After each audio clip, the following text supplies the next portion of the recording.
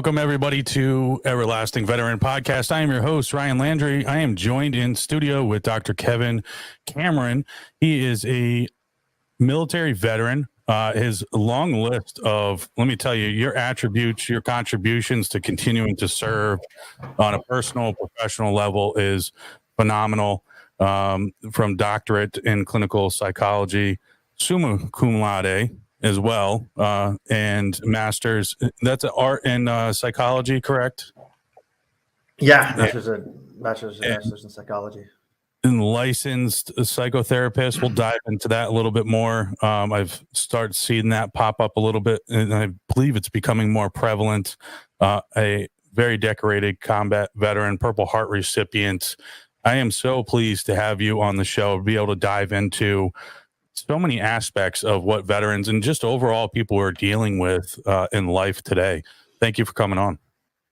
Yeah, by all means, thank you for having me.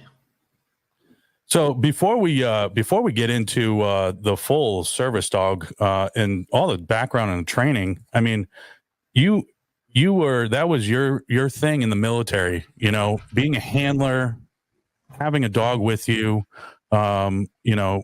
your working dog team consisted of 52 explosive fines, 132 narcotics fines, and the certifications post. So that is the police officer standard training. Yeah. I ended up becoming a post certification official for California.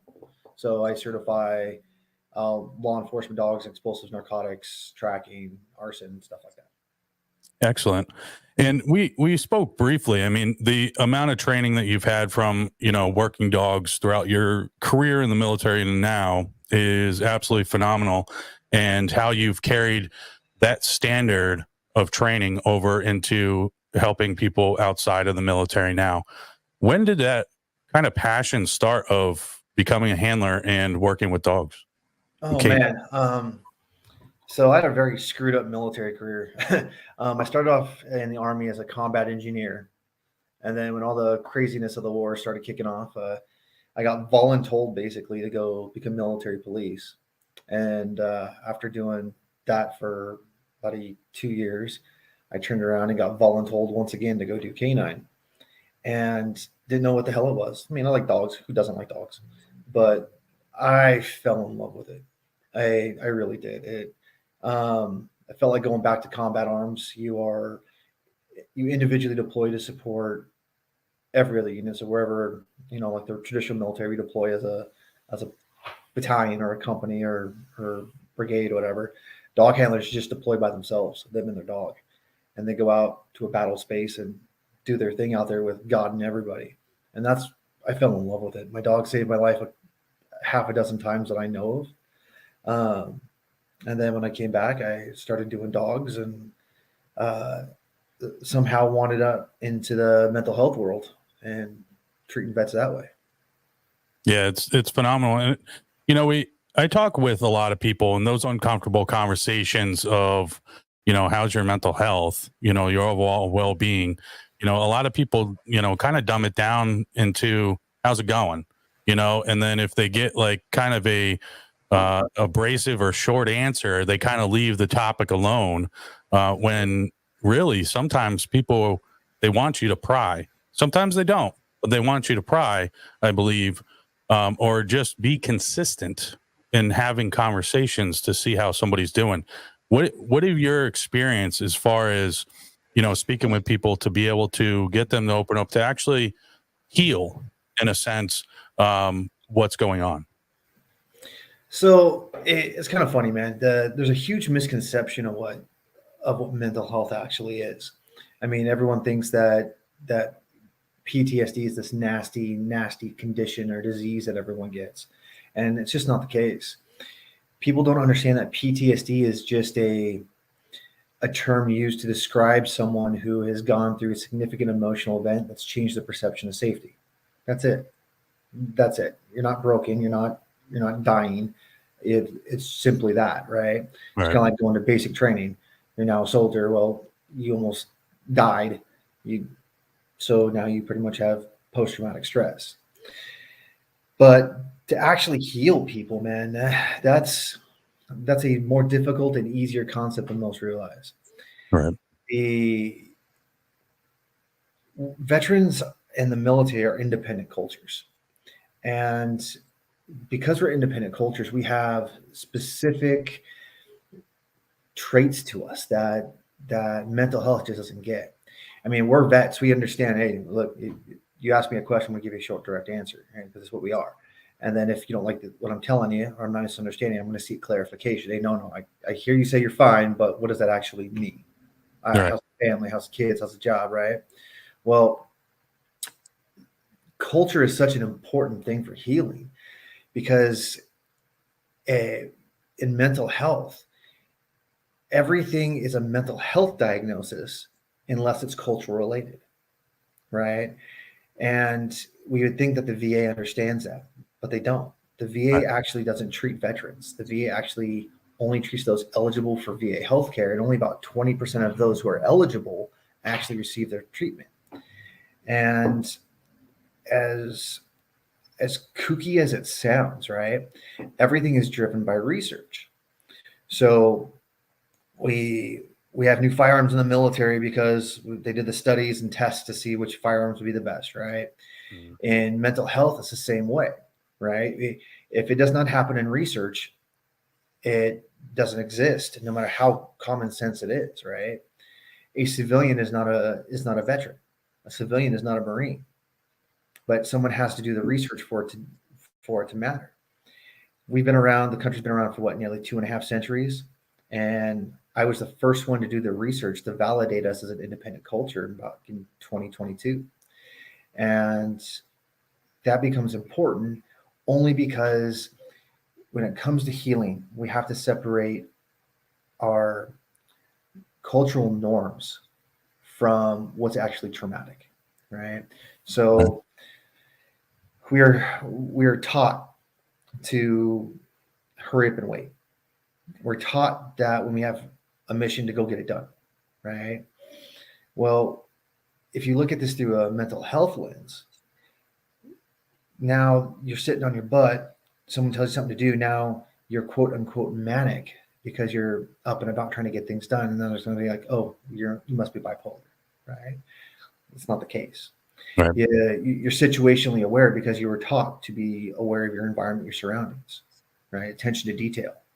Well, now they're going to say you have trauma because you're hypervigilant.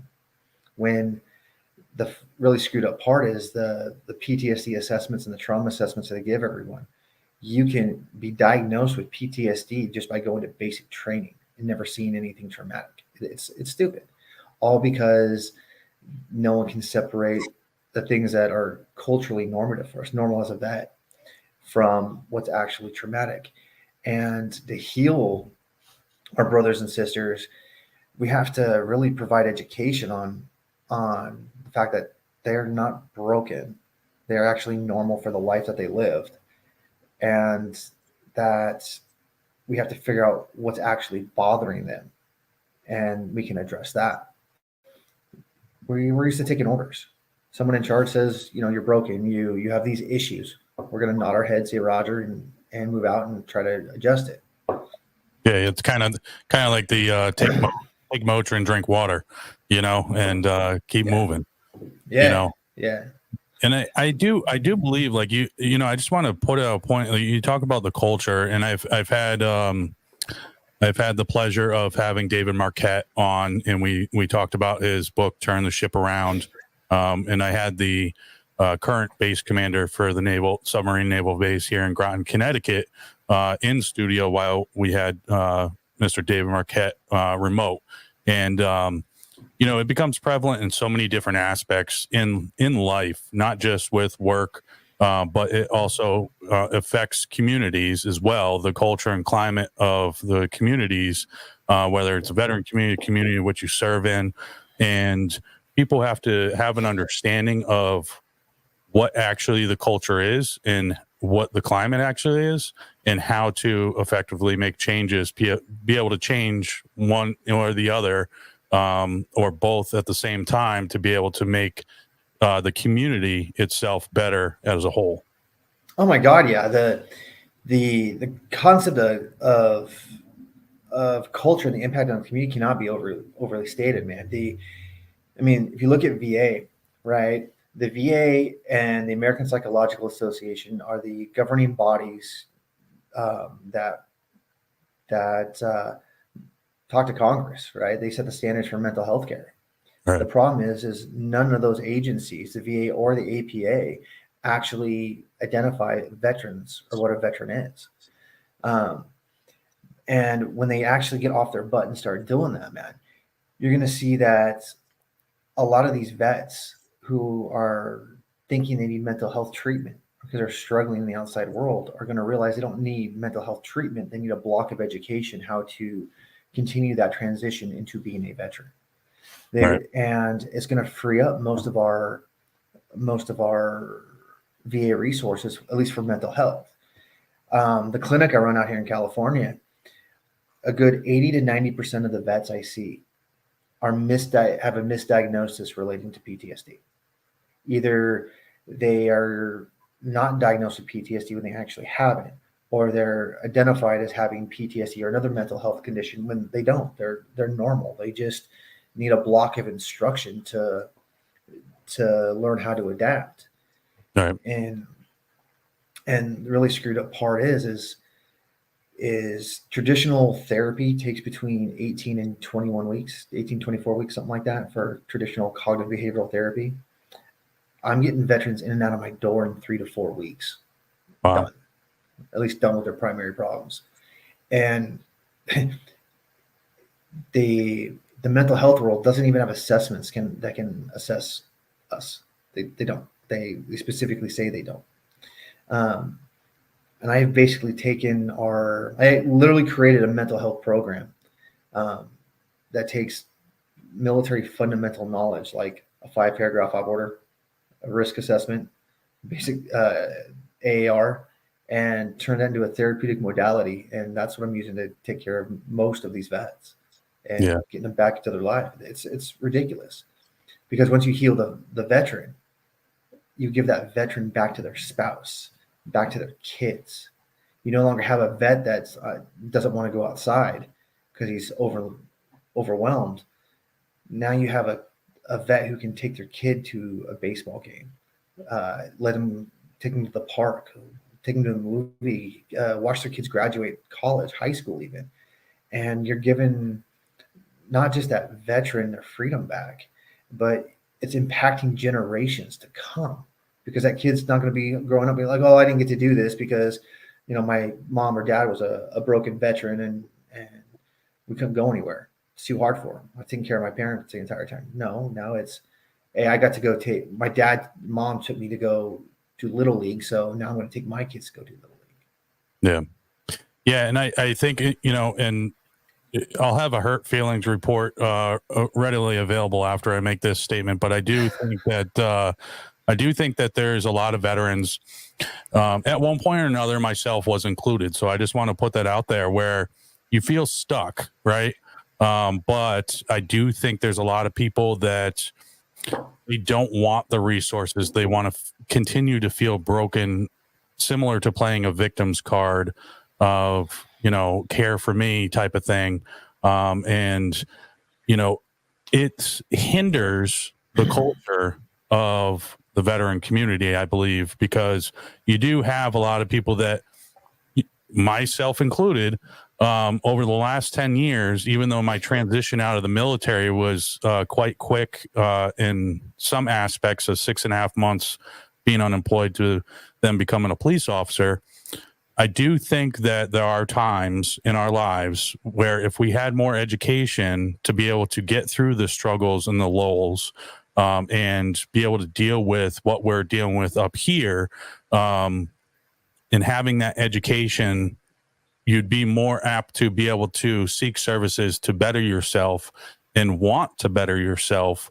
And I think that sometimes there are some that just do not want to get the help. Most definitely, Ryan. There's, for some reason, we've gotten to a culture, let me phrase that, a society where being broken, having a mental health diagnosis being that quote unquote war hero is a badge of honor, right? I have yet to find someone who's actually been in combat. And I'm not talking deployed, but I'm talking about like bullets downrange, back and forth, right? Where they are telling their war stories. They wouldn't trade those experiences to just be able to sleep at night. And then you have vets who, are bitching because they had to test fire their 50 cals as they were doing convoys in Kuwait, right? And I know I'm dating myself because Kuwait doesn't even carry weapons anymore, but it's a misunderstanding of what's going on. And to add insult to injury, as we're transitioning, right, that because of the lack of understanding of what it is to be a veteran, when we go through that TAPS process or that transition process, we're literally being told you're no longer a service member.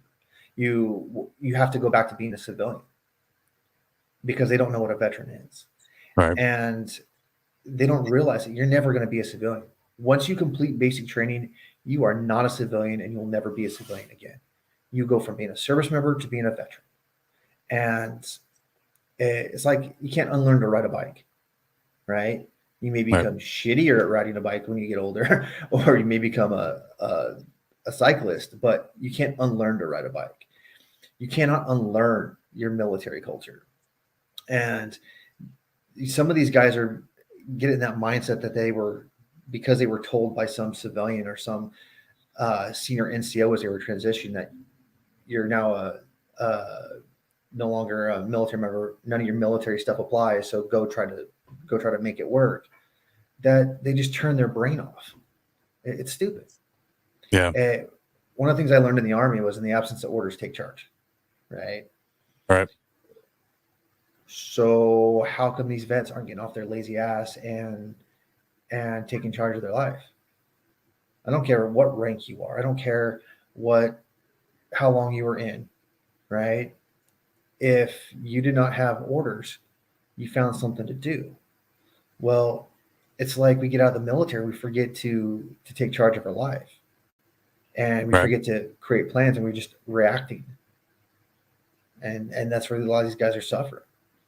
Yeah, and I think some of it comes down to, and we can dive a little bit more into kind of what you've seen, but I think some of it has to do with the loss of identity. Absolutely. Feeling loss of identity, the lack of purpose, because now, your identity is gone, right? That's who you are known as, the service member to yourself and people around you. Now you get out and it's like, oh, what are you doing now? I don't know. Yeah, we go from being responsible for people's lives, multi-million dollars worth of equipment, being looked at as a hero, right? Or at least someone respectable because we wore a uniform and served our country. We signed that dotted line for our DD-214 and suddenly we're broken. We're useless. We're worthless. We can no longer take care of our family. We can no longer take care of ourselves. We have no resources. We completely lose our identity. And we are not taught that we're in the process of transitioning to be a vet. And that lack of identity, that lack of, as you said, purpose, motivation, and direction kills us. That's what the suicide rate is. It's us not having purpose, motivation, and direction and a loss of identity. We are losing the battle to ourselves. And when we reach out for help, they don't know who the hell we are either. All right. Yeah, and I also think that, I've talked about this before, is, when you're serving, the world is changing and shifting around you on the outside. There is a disconnect from being a service member, even if it's 4 years, 8 years, 20, you do a full career. The world outside, society is shifting. You may hear about it, but you're not directly impacted as much as if you're, a veteran or a civilian outside. And I think the societal shift of, the victim's card of trying to get benefits for something, I see it a lot of times in Connecticut of, I can't work. They push to have these doctors that are so easy to say, oh, you should take it easy, and they take it a step farther and just say, I'm not employable, because it's the easy way out, and I can collect money, and it damages the reputation of people that actually need services. And I feel like a lot of times what happens, and I've seen it, not frequently, but I've seen it before, where there's veterans that the only way they can either get benefits they need and deserve sometimes, and is to play that same card that civilians that have never served before and rather take the easy way out and get money from the government.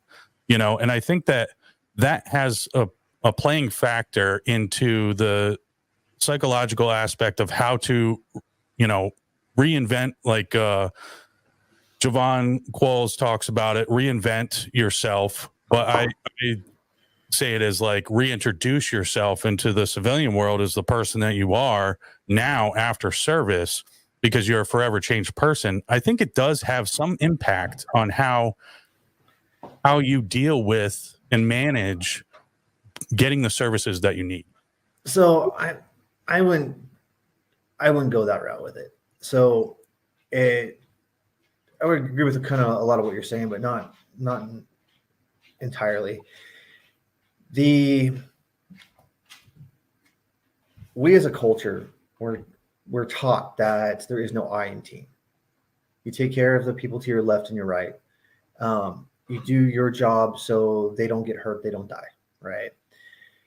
There's a point in your military career where you start putting on stripes, taking on responsibility, that you learn that you have to take care of yourself in order to take care of your troops, right? You have to make sure you're squared away before you open your mouth and try to correct someone else. Well, these guys, we get out and it's like, okay, well, there's always people worse off than me, so I'm not going to get treatment, right? Because they need the resources more than I do. Fair, I get what they're going for, but once again, you have to take care of yourself before you take care of others. If they need resources and services, I think they're playing up stereotypes because they haven't done the recon, they haven't done the research to understand what's really going on. They're so afraid of losing the little bit of identity they have left, their freedoms, like their firearms, their families. The horror stories I've heard, man. I heard, hell, my own brother was told that because he has post-traumatic stress, they wanted to take his kids away from him, right? And my PTSD is worse than his, and I'm perfectly fine, right? But these vets, the resources they need, they don't do the homework. They don't look up what they're entitled to. I mean, out here in California, they put out this whole book, right? It's free. It's on the CalVet website that has every possible veteran resource out there, and no one ever gets it. No one ever opens it up. Like in the military, when we need something, we didn't drop a piece of paper off and then hopefully it got done in one time in the next 50 years. It was, you checked in on it. You did your homework. If you got instructions that you didn't agree with, or you thought were unethical, or were told no, you went to go find the regulation and the policy that said either A, what do I need to adjust, or B, no, I need to go over this guy's head to get what I'm entitled to. Vets don't seem to do that. It's like we take a brain dump the moment we sign that DD-214, man. And these resources that these guys need, it's a lot of them are out there. Now, yeah, people think I bash the VA a lot, and I don't. I really don't. I think the VA is a good resource. The mental health programs currently suck because they don't understand us. But most of the other programs are great. They really are. And I mean, shit, the VA paid for my doctorate, paid for me to go get educated, helps. But like every other vet out there, they're just benefits that we get, right? If someone wants to go get a job, they need to go get a job. But the things that hold them back is their own shit. I think that because they are getting out, that the only thing they can do is go be a security guard or go work at Walmart or some bullshit job like that. And they struggle because they went from being an NCO, right? Multi-million dollars worth of equipment, now having a boss who's 23 years old, 22 years old, telling them what to do when they have no worldly experience. Well, my response to that vet is usually, then why'd you only try to go get a medial job? Right? Why didn't you actually go write a resume and try to find something within your career field? Why didn't you use your VA benefits to go get educated? Right? Most of these guys are suffering because they don't create a plan. Yeah. It's really that simple. They go and do a thing. Oh, I need a job, so I go find the first thing. Well, that's great, but how much money do you need to make? What are your actual goals? What's your situation? What's the mission you're trying to accomplish? What's the no bullshit intent of mission success for you, right? Have they evaluated what services and support they have access to? Right. The only thing left is command and signal, and that's who do you need to talk to, right? If you're married, you might want to talk to your spouse. Yeah. Right. But there is no reason whatsoever why a vet, whether it be a cop, a fireman, military veteran, it doesn't matter, can't go get a 6-figure job or near 6-figure job and be happy. It's just a matter of planning. Yeah. Yeah. And I think some of it has to do with not just the planning, but, you have to be in the mindset that, you're going to have to work for it. Just because you have the title of a veteran now does not mean that things are just automatically going to be handed to you. The workforce in America is cutthroat, and it's a different dynamic, and you have to, like I said, you have to, reintroduce yourself, the new you. All right. Boots on ground, maybe you take a little bit of time to steady your legs, but if you want something, just like, you want to go to the promotion board, you want to, move up in rank, you want to go to, specialty classes in the military. In order to do those, in order to get recognized for that, you would have to put the work in, Oh my God. Yeah. I think like you said, you take that mental dump and you forget the amount of work that you put in to get where you were in the military. And when you come out, you think that it's just going to be easier because I've already done it. All right. It's that false. I think it's more of a false sense of retirement, right? You've put so much hard work into, even if, and I didn't do a full career. I did, 8 years. And I've been in law enforcement for going on 11 now.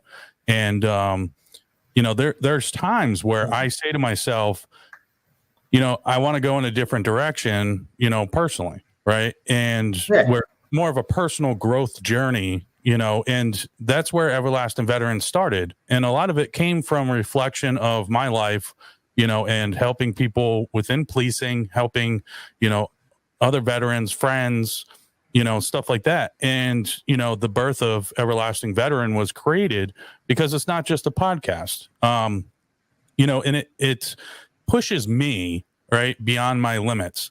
I didn't take any technology classes. I built this full studio and finished before Christmas last year. And, it was one of those, let me push my limits, right? Nobody's going to do it for me. All right. Nobody's going to hand it to me. The research that need to go into figuring out what lighting, what cameras, what equipment, the wiring, everything else, it's pretty in depth, and that's just a specific thing. I didn't even know that, PoE, you tell me what that was, power over Ethernet. When I built this studio, that's how my cameras run and I control them. If I didn't do my research and figure out, that's the best solution for high-end cameras in a studio, I wouldn't get to where I'm at right now. Nobody's going to do it for you. And I think that's the big point of it is you have to get out and you have to take those trainings, those applications of, being a good, sailor, soldier, Marine, NCO officer, the training and what you've got for structure of your life in the military needs to carry into the civilian world, because when you start peeling back that structure and what you're used to and implementing in your daily life in the military, that loss of identity, that purpose driven drive that you have to be successful for yourself, the best version of yourself for you first, and then everybody else around you afterwards, is going to diminish if you don't put your best foot forward every single day. But yeah. I'll get off I think my we're run. No, you're absolutely right. You had purpose, motivation, and direction, man. But I think that's where people like you, different from a lot of the vets that are failing, is when they get out of, I mean, they're in their job in law enforcement, or they're in their job in their career in the military. They don't look at evolution, right? They look at it as, I'm ending something, it's done, and they don't realize it's a continuation of who they are. I mean, you said that, you need to reevaluate who you're reintroduce yourself to being a veteran in the civilian world. And we do, but it's based upon an evolution. You don't stop being who you were. You didn't stop being a service member and then you're someone brand new. No, it's an evolution. You were a soldier, you were a sailor, Marine, airman, Space Force now, Coastie, whatever you want to call it. Now you're going into being a veteran, or in your case, being a cop, right? You wanted to get this information out, so you evolved, right? You took on the next evolution to what you needed to do and learned about it. You didn't start over. Right. You just added skill sets to it. And I think that's a huge disconnect in our world, is that a lot of these vets don't create purpose, motivation, and direction. They're so worried about trying to survive now that they don't ever figure out what they actually need to survive, need to thrive, need to take that next step. And I mean, hindsight's always 20/20, right? But this is exactly why we used to stop and do AARs in the military. What was supposed to happen? Did we accomplish the bare ass minimum of the mission, or the commander's intent? What do we need to do better next time? What went well? What do we need to shit can? And we don't do that in the veteran world, and we need to start. That way we can continue to evolve and square ourselves away, not cry about everything. Yeah. In like the AARs, they were very simplistic of a overall review, and you'd get like the past 24, future 24, of what your direction, and purpose and your mission is, moving forward. And like you said, that's that you can apply those skills of, your self-reflection of improvement, right, for yourself, and using those simplistic ways of being able to figure out what worked, what didn't work, when we were in the military, applying it in the civilian world, you will be very successful, and even though like my transition out of the military and then into a police officer from 2012 to 2013, and it was about 6.5, 7 months, before I got hired and went off to the academy. But a lot of people don't realize, like, I was in Germany and I was talking with the recruiter for the police department at the time, who was a Coast Guard veteran, John Lay, good friend. And I would communicate with him via email, once in a while a phone call, but mostly email, for a year prior to coming back stateside, right? And I originally had orders to go to Fort Campbell, Kentucky, 101st Airborne. And, those orders explained of airborne school, air assault school, and then I knew they were up on rotation for a deployment. So I'm like, I got a year and a half left on my contract, and I'm like, I'm not re-enlisting right now. I'll do it when I get back stateside. And my wife, at the time, she said, hey, come back stateside. We'll figure it out when you get here. Well, the Army, was starting to do that involuntary separation. We're downsizing the military. Yep. and they're like, you have to re-enlist for a minimum of 3 years, or you run the risk of us changing your ETS date. Anybody that doesn't know that's listening, that's your time, end of service, by 365 days up to, right? So it came down to a year and 3 months to the day. And then I get called into the first sergeant's office, and he goes, "Hey, they changed your ETS date. Like, your orders are gone. Like, you're ETSing in 3 months, right?" Oh, that sucks, man. So for me, like, I went, well, holy crap. Well, let me get on the phone, and put some minutes on my phone and call the recruiter at the police department and say, "Hey, I'm actually getting out earlier than expected. When's the next written exam that I can take?" And a lot of it, there was a lot of eggs in that basket, but at the same time, my wife now, we weren't going to move the boys around when they were younger and stuff. And for me, it was like, okay, time to transition, do something new, start, settle down. And, I told myself when I went into the military, if I found somebody I want to settle down with, I didn't want to move them around. That was my personal choice. But that transition out of the military for me, there was a point in time, even up years after being a police officer, that my identity, it was one of those grab the first job, grab a good job, and run with it. My identity kind of in my mind diminished, over the years of, I'm not in the service anymore. Right. And I didn't completely get out. I went National Guard. So I was still doing my drilling and stuff, which is a completely topic for a different day, of almost the shell shock of the culture of between regular Army and National Guard. But, I said to myself, this isn't in my cards anymore. Some people say your heart's not in anymore, right? My motivation to stay within that field and still keep one foot in the military just wasn't there anymore. So I made the choice in 2017, completely get out. And then after that, that's kind of when really the transition, and I talk about it a lot, is you have to get out of the mindset of transitioning out of the military as a singular transition. You're going to have multiple transitions when you get out. And having that mindset now, I wish I had it back then. It's helped me along the way of there's multiple different transitions through my life that I'm going to deal with, completely disconnected from a military contract. And the VA is included in that, and, a self-health journey, mentally, physically, everything else, and, I've talked about in many episodes, the sleep, deprivation, and, sleep is a big part of it, big key component in your overall health as well. And those are small things that you don't realize, you almost take for granted because you're so secure in, you're getting that paycheck from the military.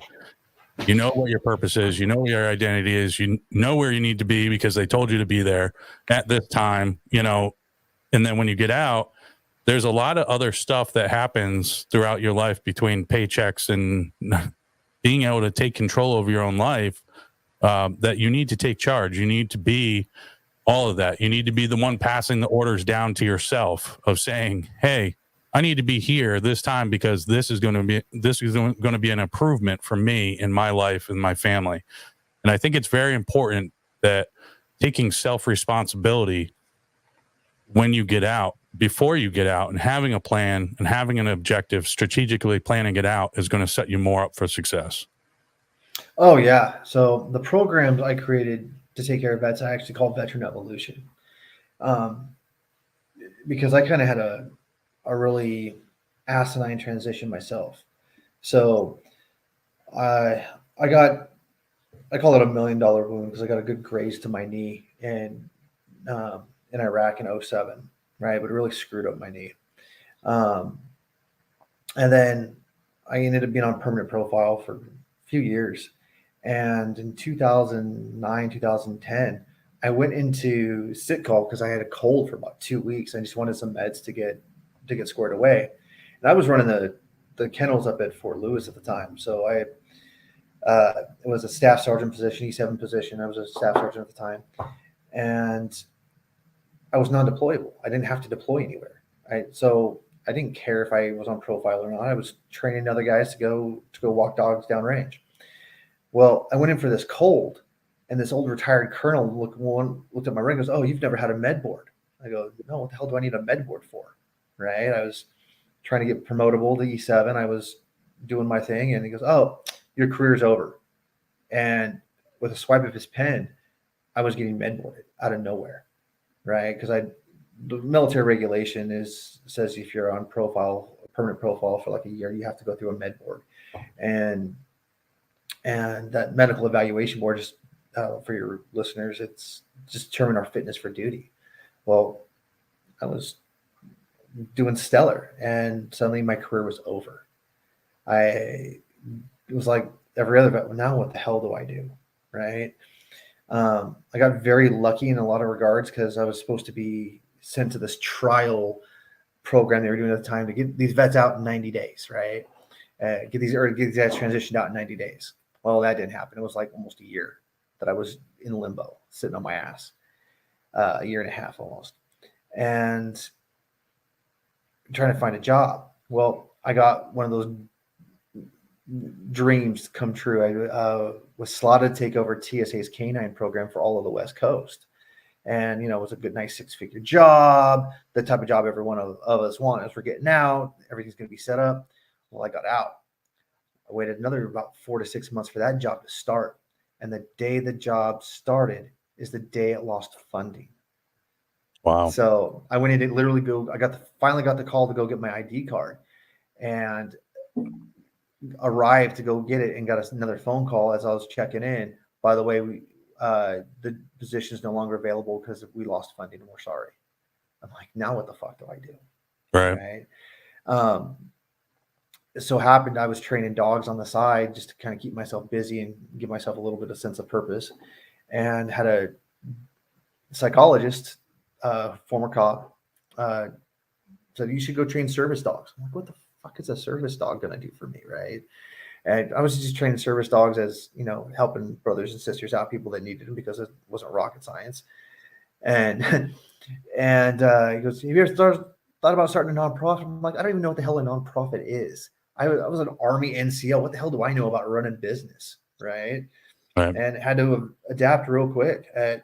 They gave me a $5,000 grant, paid for my first building to start training dogs in, and it took off like a bat out of hell. And that turned into my passion for many, many years until I wanted to do more, and was trying to understand why VA wasn't paying for service dogs, and try to get a better understanding of why I was having better success rates in the VA. I mean, we all heard about the 22 a day. It seemed more like a marketing thing for me at the time, but I didn't realize how much we were actually suffering, because I was just another vet on the street.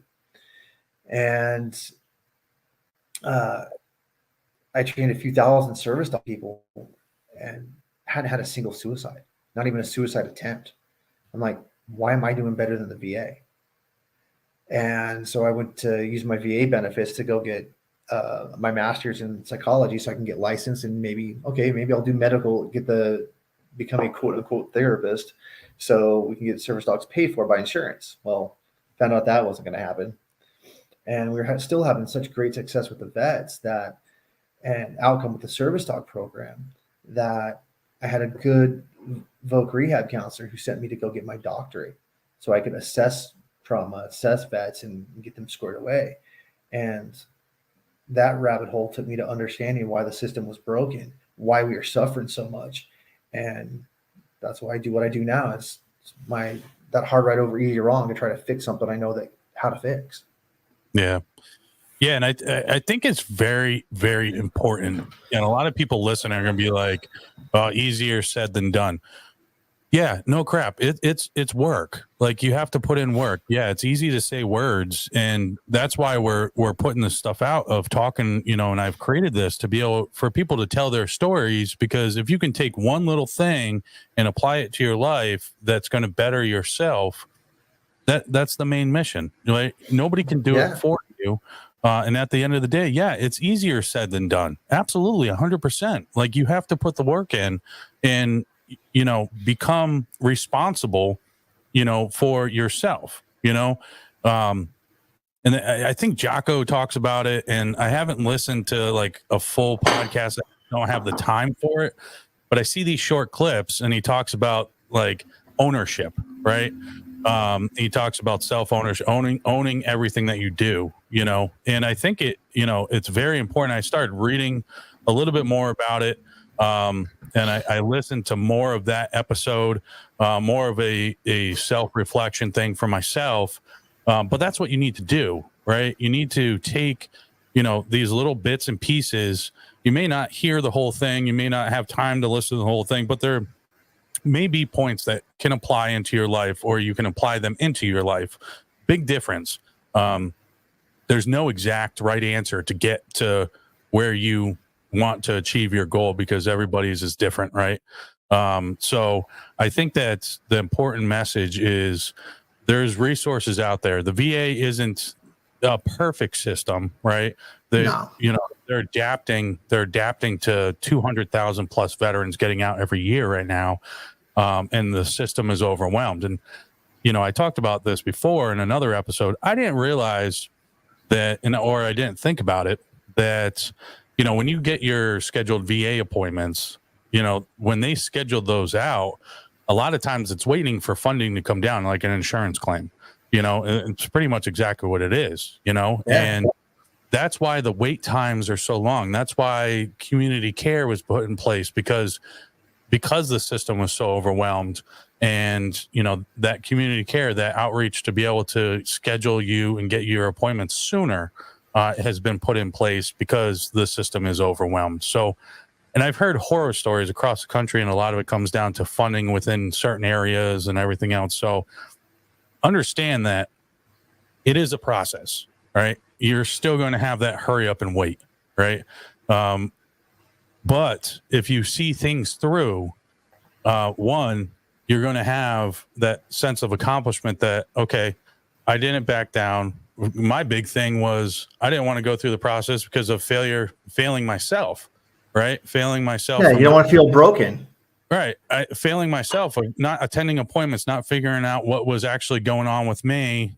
Some of it was, okay, I don't want to hear the truth. Some of it was, I don't want to spend so much time, doing this and feel like it, I'm wasting my time when they're just going to tell me exactly what I know. I had a closed mind perception to it. And when I opened my mind and said, hey, let's run with it, and that was my self conversation, because nobody's going to be driving me to the appointment. It's me going there. You have to understand that it's a process. It is a process. Does it suck? Absolutely. It sucks. It's not the best. It's not the worst, but it is a process. And, if you are entitled to benefits that are it's going to improve your life, and educating yourself on bettering yourself and understanding you as a person now getting out of the military with whatever ailment you have, right? That's just going to help you in the self-improvement department. Oh yeah. I mean, you mentioned what's going to take to change. You're right. The fix to what's going on with us and our mental health and getting back on track to living more fulfilled lives isn't hard. It's not. In fact, most vets are actually trained in the military how to square themselves away. We just don't know how to apply it. And what it's going to really take is we're going to have to stop donating our money to these nonprofits who they mean well, they really do, but they're spending thousands and thousands of dollars to send one veteran and their family on a vacation, right? When we could take $100, right, and put it toward research get that research published, and change the lives of millions of vets. And that's what's going to take it. What it's going to take to change. And it's things like making sure our therapists are culturally competent, making sure that we stop looking at ourselves like we're broken, like you're talking about, and the spreading the word is going to have to start in people's wallets. Stop. I mean, don't get me wrong. Think of programs like Wounded Warrior Program and all those guys. They do have a good mission. They have a good intent. I don't always agree with everything they do, but nothing's ever perfect, right? Right. But we need to start putting our funds where it's veterans, where it's actually going to have the most impact for our brothers, our sisters, and even ourselves, right? And that's what's really going to change the face of what we do. Yeah. I mean, it to kind of dumb it down, I look at it this way, like, all right, you're making the donation to research and development to better, millions, right?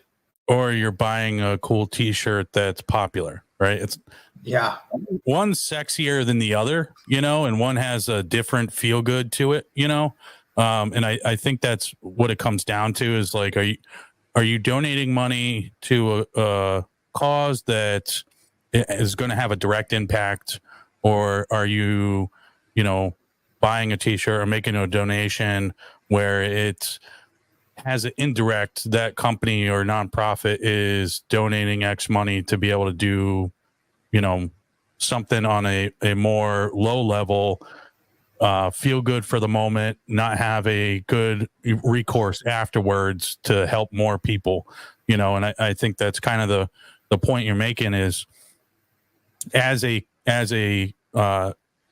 community, right?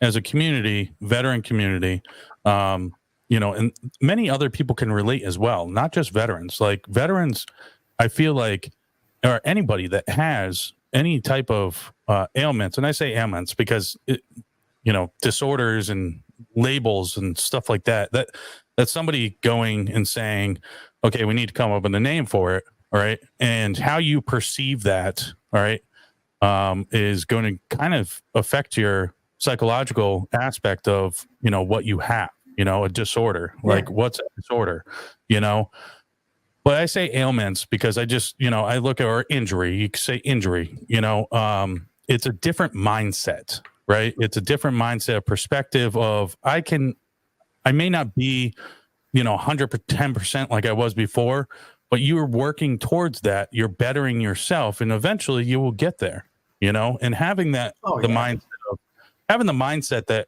I'm never going to be the same. No, you're not. You're never going to be the same, but you could be better, right? Based on what you've gone through, right? You can be better. Whereas before you couldn't help people, now you can, and you can put out even more of what you've learned through your life. Oh, most definitely.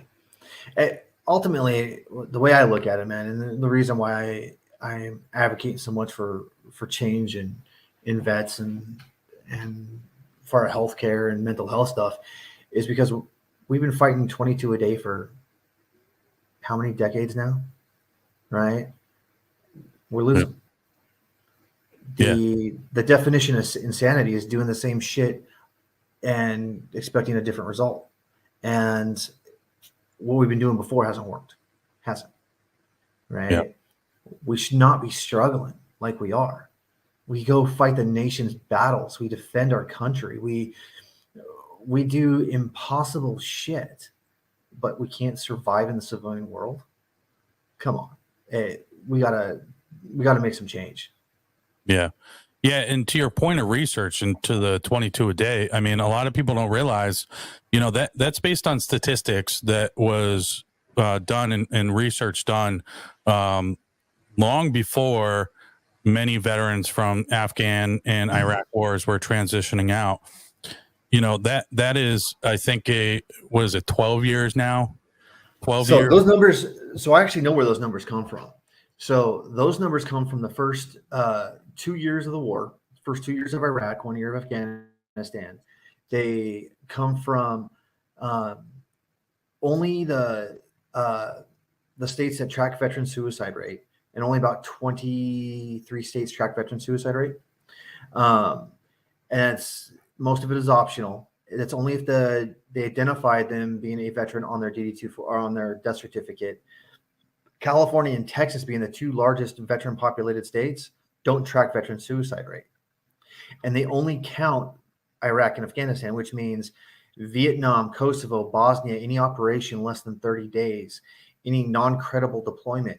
So for most people don't know, unless you deploy for 30 days, it doesn't count as a deployment. So I actually have had clients with a Purple Heart, but no combat deployment on their record because they weren't in country for 30 days.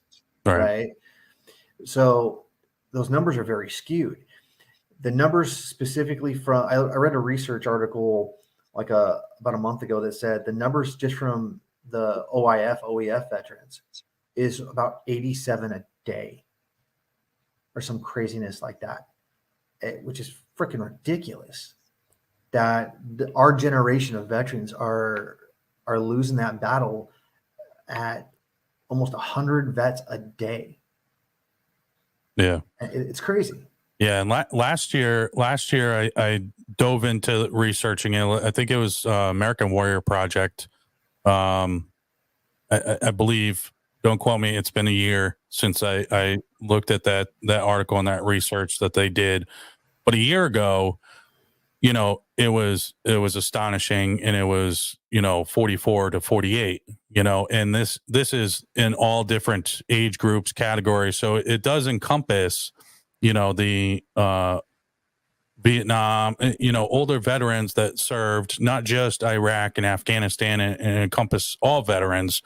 And this was a year ago that I started researching a little bit more, and it was astonishing, 44 to 48. And what's happened was there was that popular trend of 22, the number 22, and it being on a shirt, and taking pride in helping the veteran community and everything else. And there was more of a business objective designed around the number 22 and establishing it with the veteran community.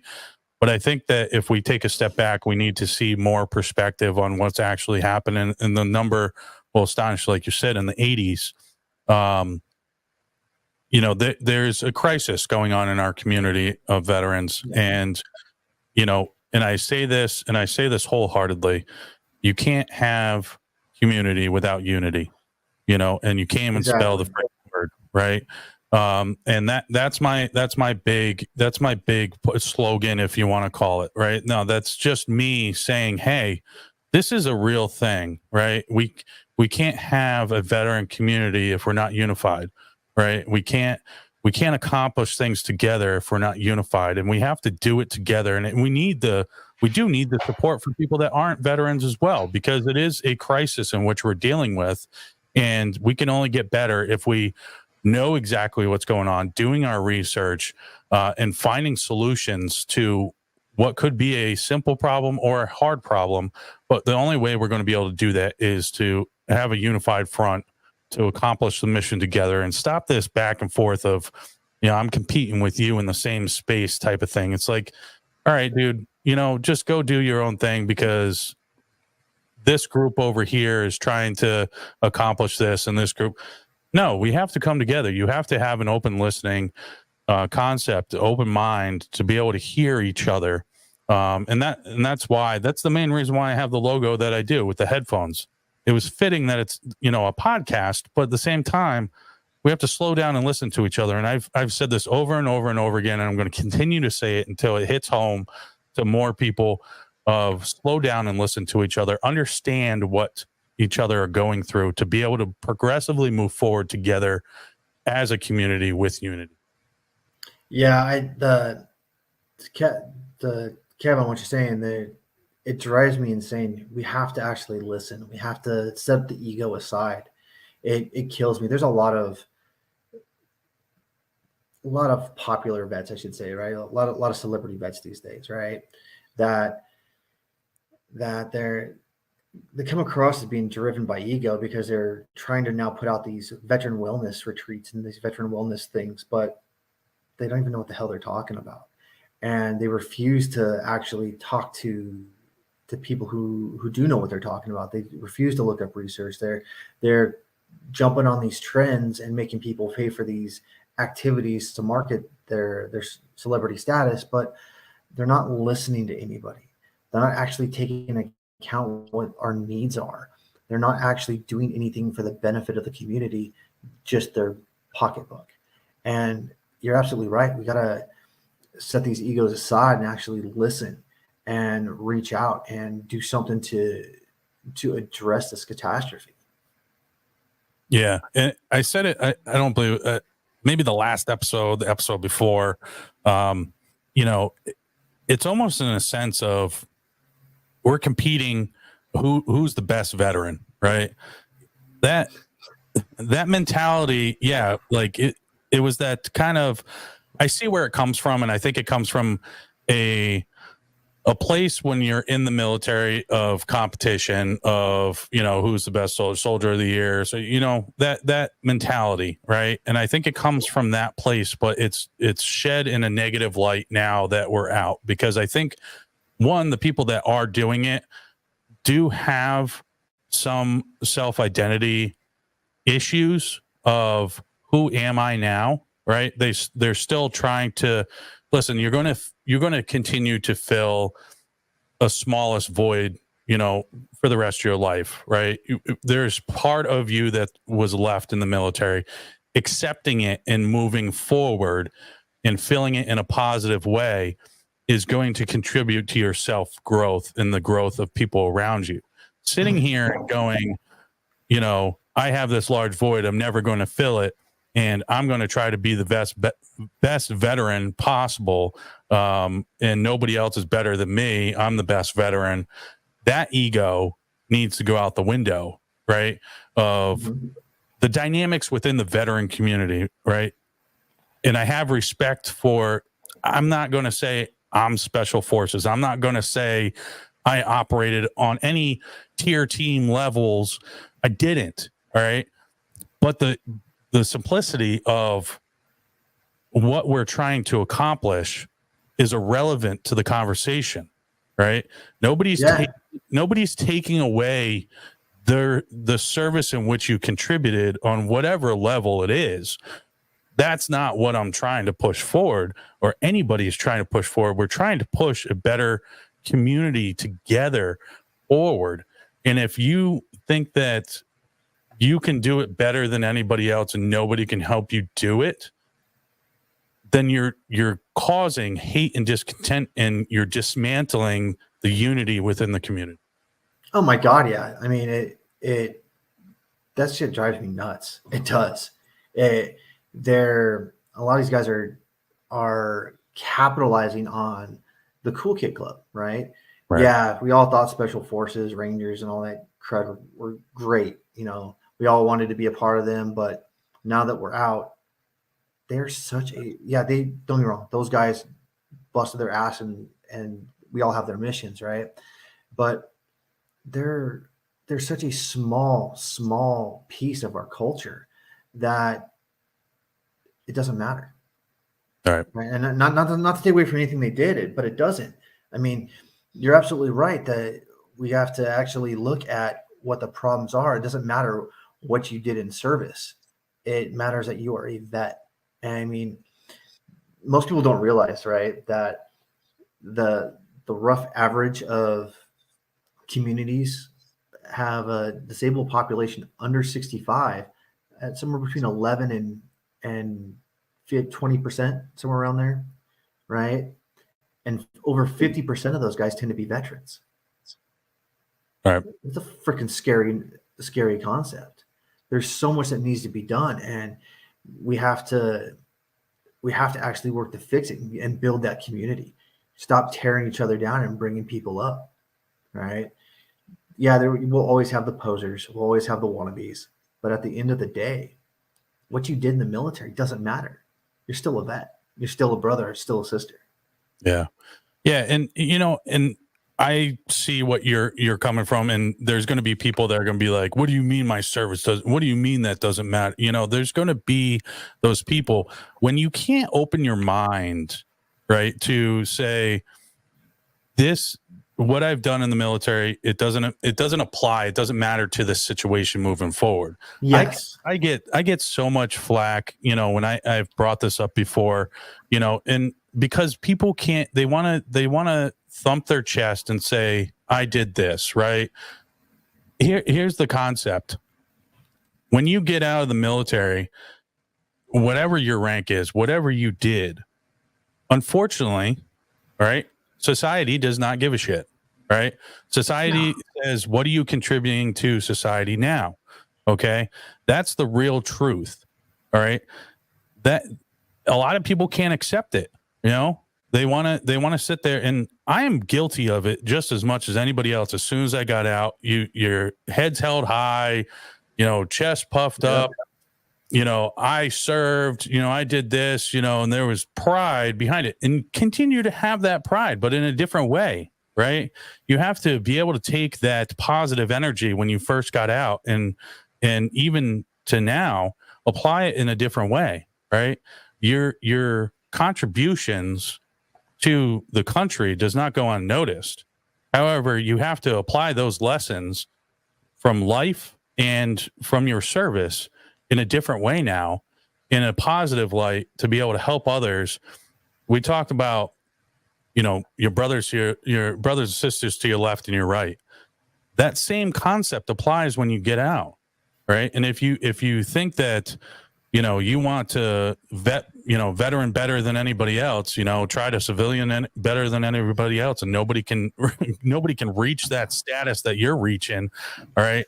You're going to be left alone by the wayside and still continue to fill a bigger void now, because people are going to take that and go, wow, egotistical maniac trying to, veteran better than anybody else because nobody else can do it better than you. All right, bro. All right. Maybe you're the detriment, in the downfall to the veteran community, right? That's the God's honest truth, right? We all can have and contribute in some way, right? Oh my God, yeah. Maybe, my way of doing things isn't the most orthodox way of doing it. So what? I don't care. I am trying to do it the best way I know how. You're trying to do it the best way you know how, and we can all come together and positively push it forward as a community in our own way, but in our own lanes. We can still work together. Yeah, I completely agree, man. I mean, even the military, right? One person didn't win the war. No one was fucking Rambo. I mean, if the pack clerks didn't take care of business, right? Our mind wasn't on the mission, and we didn't get paid. Our families weren't taken care of, right? If the fuelers weren't doing their job, right, we wouldn't have gas to go out. I can't tell you how many times I rolled off mission and was so thankful that someone was in the DVAC just to get some food that wasn't coming out of an MRE that I'd opened 3 days ago. Right. Being in a vet's no different. We all have our own different roles that we can fulfill, and we can all work together to improve the quality of our culture and our lives.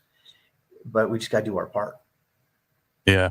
And I try to get perspective from all different angles. And so I still keep in contact with a guy named Matty Jones, in Australian Army, and, lives in Australia, Australian veteran, but we served together in Afghanistan, and we created a strong bond on deployment. And I spoke to him last week, the week before, and, we do our bi-monthly kind of check-ins, see how each other are doing, how the kids are doing, that kind of stuff, and he's been tracking, Everlasting Veteran, what I've been doing. And a lot of people don't realize the dynamics within Australia and the Australian veteran community. What I'm doing on this podcast absolutely is not happening right now, nor does anybody, it's, tight lips, right? The culture in which is in their veteran community is significantly different than ours right now. We're taking a progressive approach to it, right? And, he said to me that there are guys that, they want to be able to better themselves, but as a accepted way of doing things isn't accepted how we're doing it right now, right? In society. And people have to understand that there are those dynamics. How good we have things right now. Don't take it for granted, because within other veteran communities that we've served with, Australian, Canadian, right? UK is the same way, yeah. Yeah, UK is the same way. I had Dr. Lynette Nussbacher on here, and we spoke about that. She served in different capacities for different countries. Trying to get perspective across the board on all different fronts. The point is, you can do that within our own community, right? If I'm trying to get it from different countries, right, to see what is working for them, what's not working for them, to see if we can apply it in our community, we need to do the same thing with each other. We need to get that perspective from our brothers and sisters to our left and our right.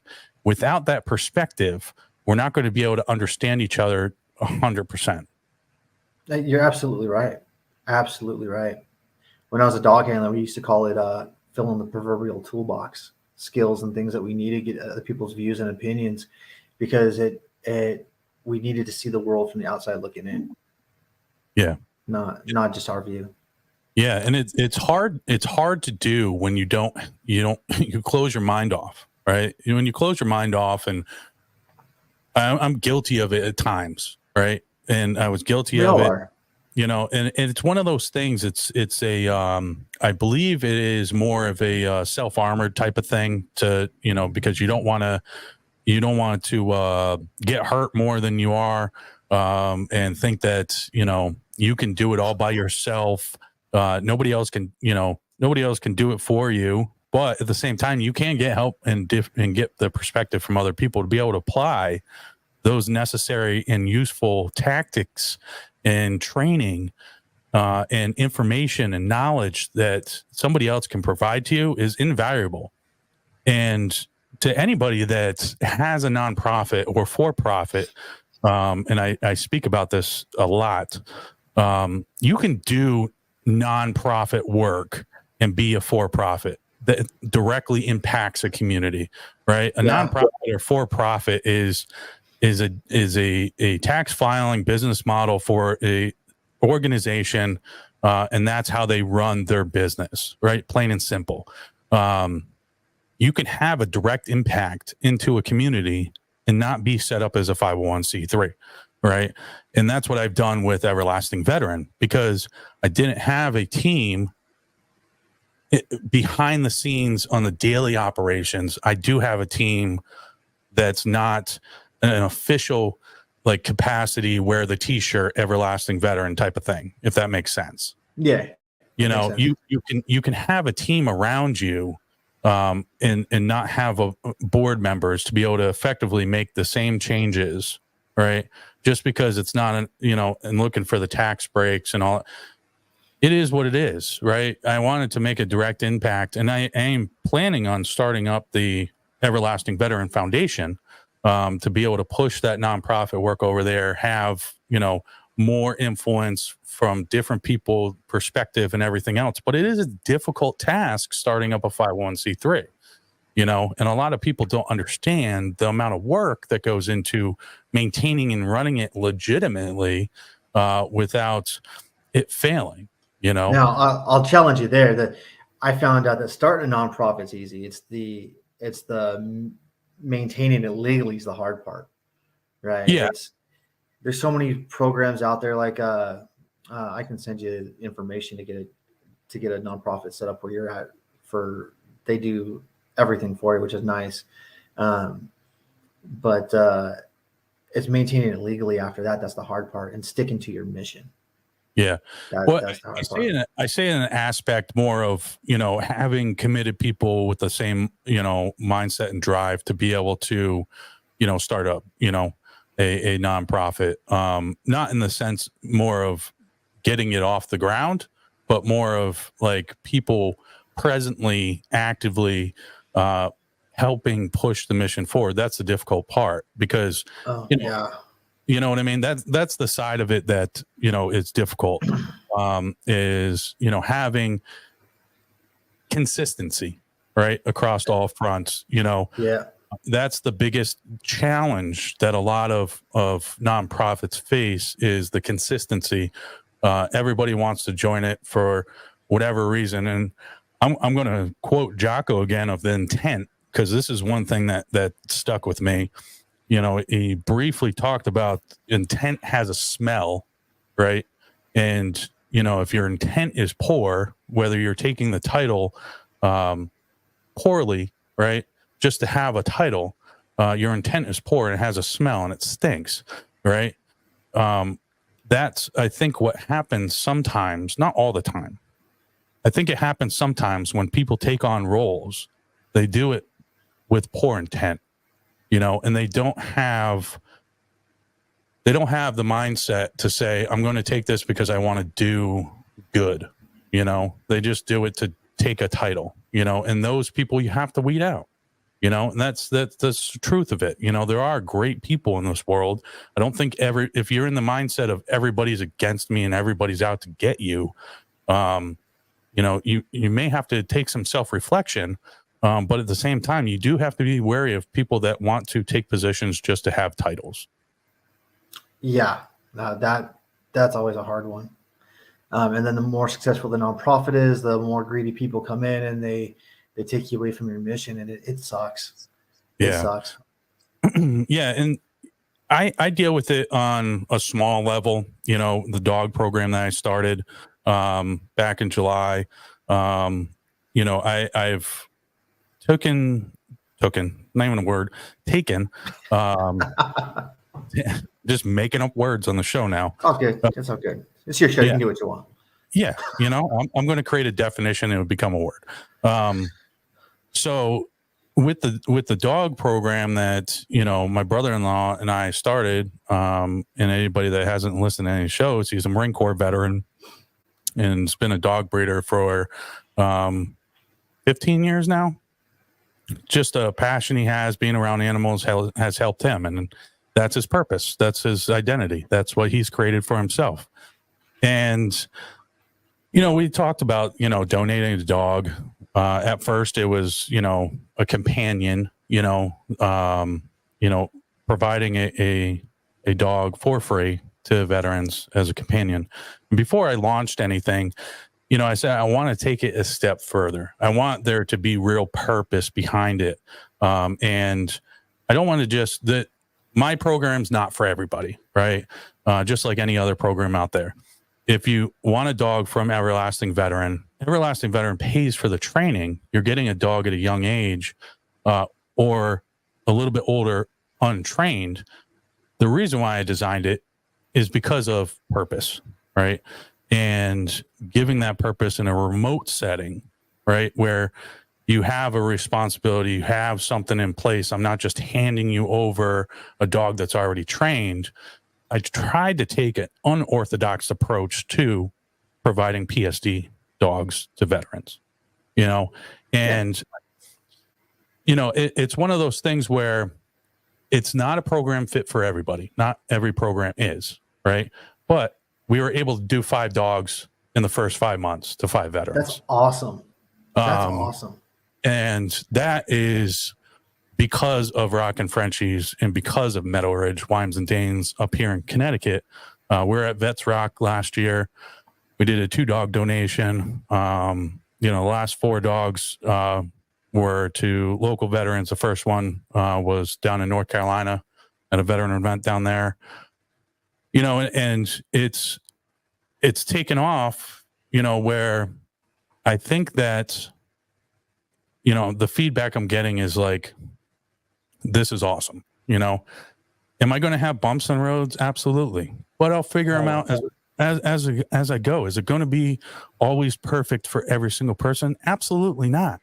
But I also wanted to create a program where, it's not always the same breed, right? Because I wanted to keep in mind that everybody has different needs, right? Whether they can't have a Great Dane because of living space, right? Or their physical abilities of walking a Great Dane untrained, right? Mind you, untrained, because these dogs are coming untrained and I'm paying for the training and they're doing it remotely in their house. I have to keep that in mind, right? And that's why this program isn't fit for everybody, but I try to pair dog canine with new owner the best I can, and I'm very involved with it, of conversations and everything else. And I think there's room always for improvement. But at the same time, people have to, if they want to have a direct impact in anything that they do, you have to get help from everywhere. All the help you can get, because you can't do it by yourself. If I was the one that constantly was looking for dogs, which I don't have time for, it would fail. So I rely on, breeders right now. And we spoke about this before. I'm not opposed to rescue dogs. Like you said, a lot of them are great dogs, but at the same time, you being a handler for so many years, you understand also, just like in policing, when some dogs fail out of programs, they're just not meant to be a service animal, so it is a hard balance to keep, when putting out dogs as a service animal to be able to help other people. Absolutely right. So before we kind of wrap things up, I just kind of want to get your insight, being a handler, and the importance of a dog certified as a PSD. And a lot of people don't know it's labeled as psychiatric service dog. Actually, it's not. Change it now. So here's the thing, right? The service dog laws were actually written based upon the DSM-4, an old, outdated diagnostic manual for mental health disabilities. Yeah. When that went away, the definitions went away, right? So there was a difference between a psychiatric-based diagnosis and post-traumatic stress. So, yes, it is still a mental health-related service animal for post-traumatic stress, but it's not specifically a psychiatric dog. Right. And so that's a very common misnomer in the service dog industry. But yeah, that's that. Yeah, and I talked to somebody about it before, because I feel like it creates, it not creates, but it almost hammers home like a stigma, right? It does. And it really does. And I think whether you put PTSD service dog or psychiatric service dog, it should just be service dog, and then you have particular trainings which go into helping, because everybody's needs are different, right? And especially when you dive into service dogs that are for diabetic or seizures or stuff like that, and they have also PTSD, anxiety, or whatever on top of it. I do think and I know that it's up at the not just state levels, but up in Congress right now. They're actively fighting and helping try to change the whole service dog industry. There needs to be, I guess the wrong term is a better label on it, but the right term is, let's name it, appropriately, to be able to maybe encompass everything. Because if you have a service dog, you may have a service dog for multiple different things. Yeah, I actually testified at Congress and the California State Senate about this. I think the issue with a lot of the service dogs that we deal with is the industry, not the people getting them.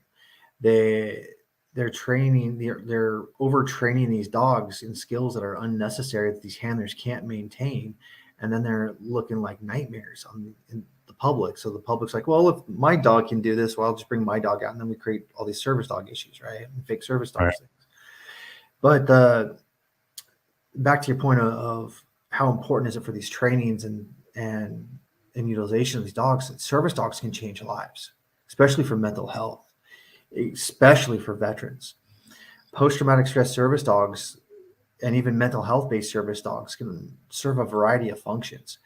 Predominantly, they can alert you when people are walking up on your blind side to help reduce your stress and allow you to focus just on your dog, not the 30 million things in your environment. They can actually detect your biological stress in your body even before you can. So they can interrupt you and seek attention and distract you and engage with you that way. And those are predominantly the best two functions that a service dog for post-traumatic stress can actually do. I've yet to find any other tasks that's a valid skill or task that a service dog can do to help with those types of mental health issues. Everything else turns out to be pretty much a dumb dog trick.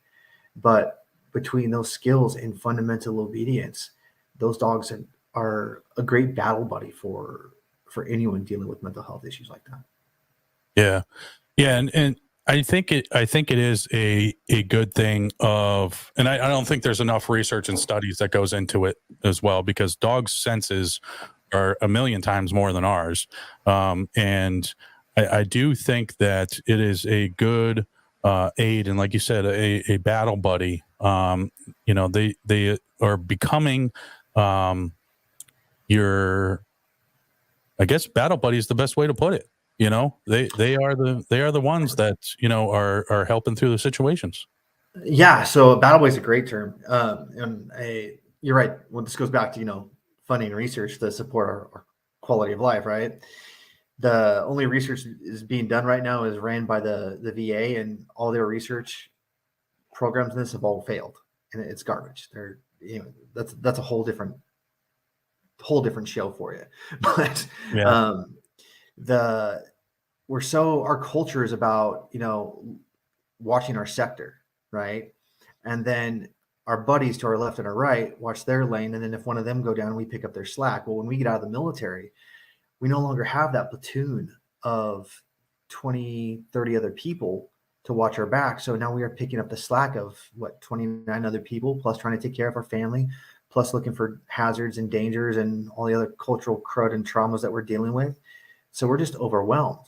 That dog, because it does more interacting with its environment with its nose and its ears than it ever does its eyes, can serve in place and be that battle buddy to watch your back and be your support system. And that changes lives more than people realize. Yeah, absolutely. Absolutely. And that's why I thought it was so important. And we can talk offline of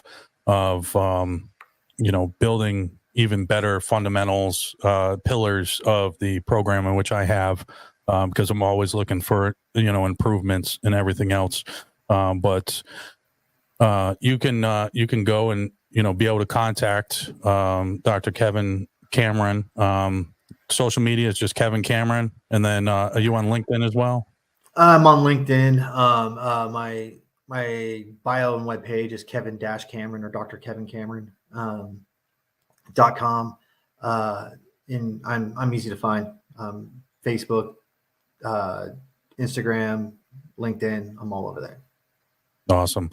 Yeah, and I think it's very important, like we've said before, to be able to have, do your research. And I talked about this with Dr. Lynette Nersbacher, is proper research to be able to weed out the poor answers in which you may find on the World Wide Web of sorts of Google. That's the source you get everything, but proper research and be able to talk to people that I believe not just have knowledge, but have lived through it, produced it in their work and professionalism of helping other people. And you, sir, have certainly been doing it with applying your tact and everything else coming out of the military. I appreciate that very much, Ryan. Thank you.